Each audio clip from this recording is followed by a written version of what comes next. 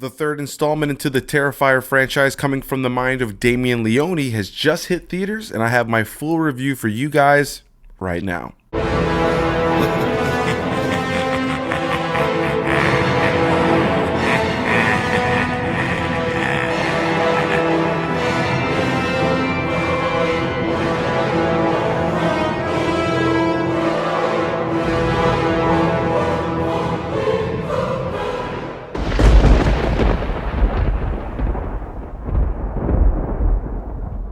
Written and directed by Damien Leone once again, this film once again stars David Howard Thornton as Art the Clown, as well as some other returning cast members like LaVera, Samantha Scafidi, Elliot Fullam, and more. So before we get too far into this video, in case some of you have already not seen, the last video I did here on the channel was actually a review for the first and second Terrifier film. I just got around to the second Terrifier film this last weekend, and I had seen the original when it originally came out. But go ahead and check out that video if you guys are interested in that.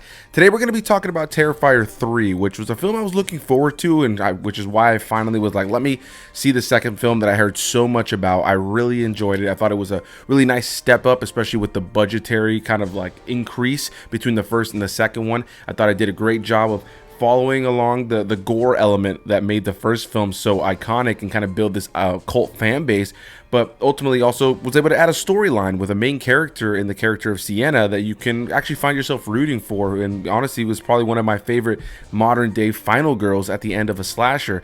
And then when it comes down to the slasher side of things, I think Terrifier 2 really just upped the ante, bringing us some really great practical effects. And if you guys have been following this channel for many years, you know that I'm a huge horror fan, but most notably, you know I'm a huge slasher fan. And part of what I love about those films are practical effects. I love seeing what people are able to do when it comes down to creativity of creating these gruesome effects.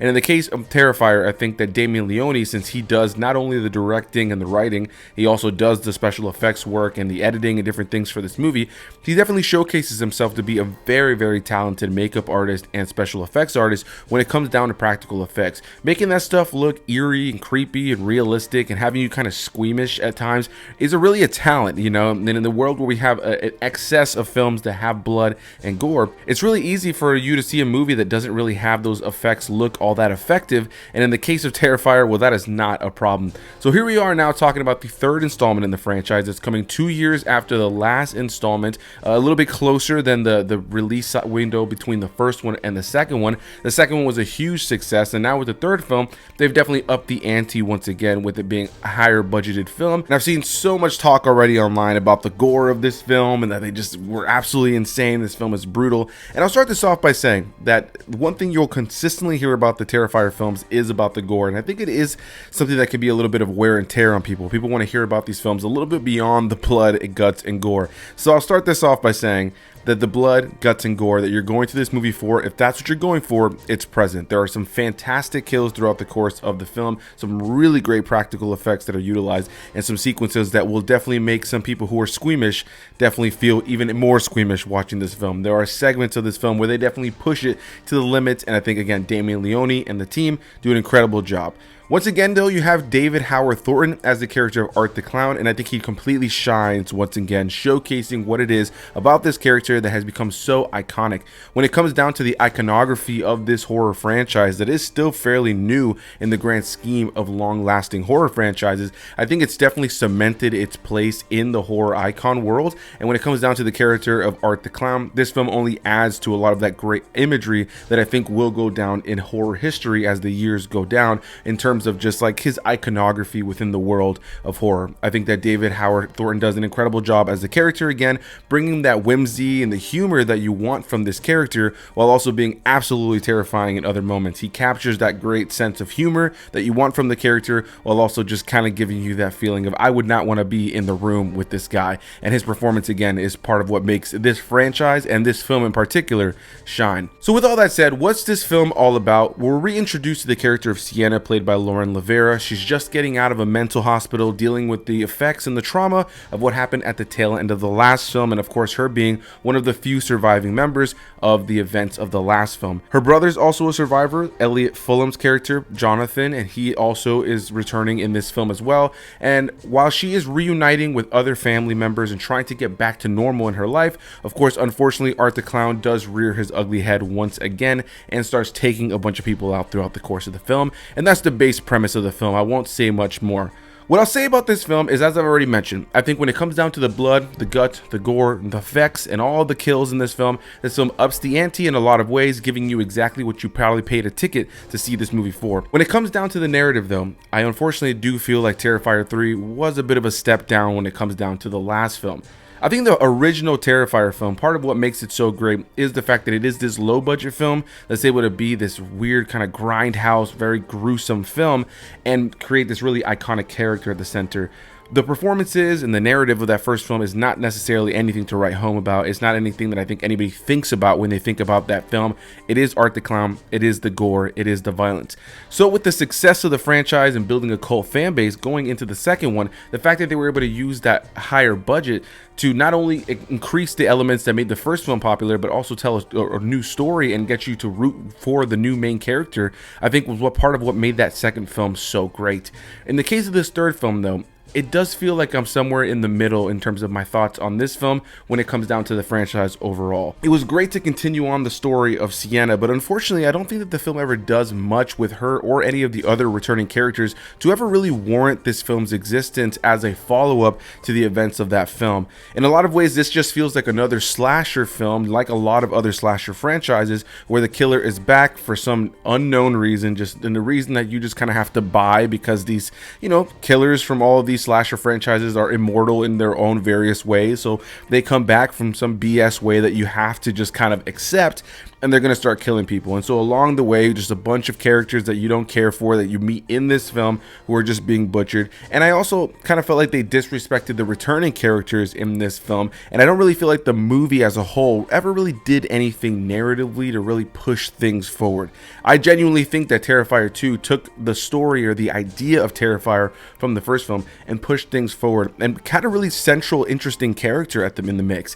And in the case of this film, it continues things on, but it just feels like it never really does much to develop our characters that we're focusing on again. And it even felt like the returning characters like Sienna and her brother Jonathan, while present in this film and while they are the ones that they maybe focus on the most, ultimately didn't really have an abundance to do in the script, and it felt like this was a film that was far more about moments.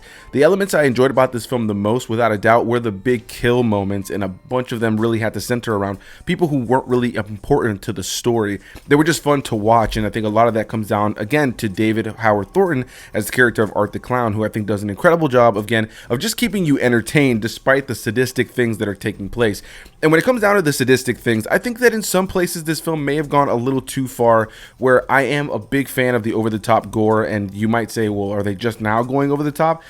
It's definitely still in a lot of ways just as over the top as the last one, but when you have characters like cutting their genitals to kind of like get a sexual pleasure out of some of the things that are going on here, it's a bit much at times. And one thing I feel like I should throw out as a warning to people who are a little bit more sensitive to violence in movies, in particular, I know that this is something that people are very, sensitive to, and I understand why, is the murdering of children. There is quite a bit of kids that die in this film as well, and while they don't necessarily heavily focus on it and show it to you the same way that they do the other characters that are killed in the film, there are several children, if not more, that do die over the course of this film. And if that's not something that you're into or something you're very sensitive to, I feel like it's worth mentioning.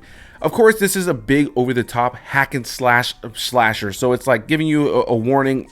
And on one hand is kind of like, well, you should know what you're getting into, but I can understand that some people probably go into these films expecting to see teenagers or college age people or just some older folks in general being killed by the slasher and not so much kids, so I figured it was something that's worth mentioning here. With all that said though, I enjoyed Terrifier 3. I thought it to be a fun time. I would say I would sandwich it right in between the second one and the first one. I think the second one has a better story and also has the great kill elements and does all the right things with Art the Clown that you want, but also has a central lead that you can really get behind and root for. And in the case of the first film, it just really, the only highlight really is the kills in Art the Clown. And I think that this film is somewhere in the middle. It didn't have the story that was as strong as that second film that made me more into the character of Sienna and some of the other characters around Art the Clown, but it didn't necessarily have nothing for me to kind of latch on to. There was still enough for me to enjoy, and I think that overall you can see that the performers are having a good time. You can see that the filmmakers are having a good time bringing this weird world to life. And I think that when it comes down to Damien Leone, he's a pretty impressive filmmaker all around, in the fact that he has his hands in the pot 100%, and he's pretty much doing all of the various things that are needed to bring this film to life, whether it be the writing, whether it be the directing, whether it be the special effects and the makeup work, the editing. He's got his hands in his vision. And as somebody who is a big appreciator of directors and creators with their own vision, I can only kind of look at what he's done with this franchise and look at it as very admirable that he was able to kind of, you know, make this what he wanted to make it, even if I don't think it necessarily is as good as it could have been in this film. I think that with the success of the last film, there was a great opportunity here to tell a better story, but also keep the slasher element. But, you know, it's a slasher franchise, and sometimes stories are give or take, right? And so I'm not going to sit here and try to be hypocritical as a big slasher fan and try to tell you that this film is like not good or anything. It just felt like a little bit of a step down narratively from the last film, and the kills are great, but I would almost argue that some of the kills from the last two films were better than a lot of the kills in this film, despite the fact that there are some pretty incredible kills in this film. So overall, Terrifier 3, definitely something I would recommend for horror fans, definitely something I would recommend for slasher fans, and definitely something I would recommend for fans of the Terrifier franchise. I wish I loved it a little bit more, but I did enjoy a lot about it, and I look forward to the fact that there might be a Terrifier 4. I think I have seen Damien Leone mention that he may want to do a fourth film, maybe wrap it up in some of the upcoming sequels, maybe the next one, maybe the fifth one, who knows. But either way, I will always be excited to see some more Art the Clown, because without a doubt, he is the star of the show, and he was definitely stealing the show in this film once again. So a big thanks to you guys for watching. Hit that like button, comment your thoughts, subscribe for more videos, and I'll see you beautiful people in the next one. Bye-bye.